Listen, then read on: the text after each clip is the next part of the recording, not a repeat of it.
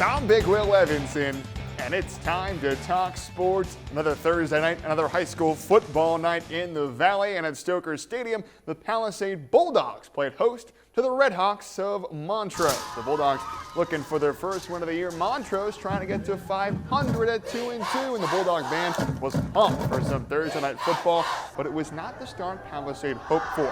Opening kickoff is returned by Austin Zimmer, and he finds a lane, and he hits it right down the middle of the field and off to the races. And he could go all the way. It's an 85-yard kick return touchdown for the Redhawks to open up this game with a bang. But after a Palisade 3-and-out, Montrose moved it well, but Gage Wareham overshoots his man, and it goes into the arms of Easton Embry for the pick. A big play on defense for the Bulldogs, but their offense just could not move the ball, and the Redhawks got it back, and this time they capitalized. Gage Wareham with a beautiful fake, and then he sits on the defender and rolls into the end zone. Nice movement and awareness makes it 14-0 Montrose. The Redhawks got another stop, moved it methodically, and Austin Zimmer finds the end zone this time.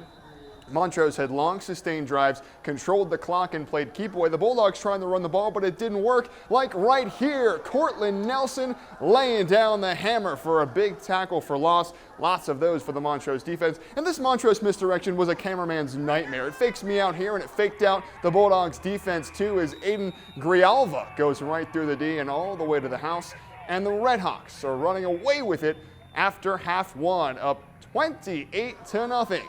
And the Redhawks kept their foot on the gas and earned the shutout win over Palisade. 42-0 is the final. We expected Montrose to have their way in this one, and they did. While it's another disappointing output for Palisade, there was still room for growth for what is a very young Bulldog team. But next up, another tough test for Palisade.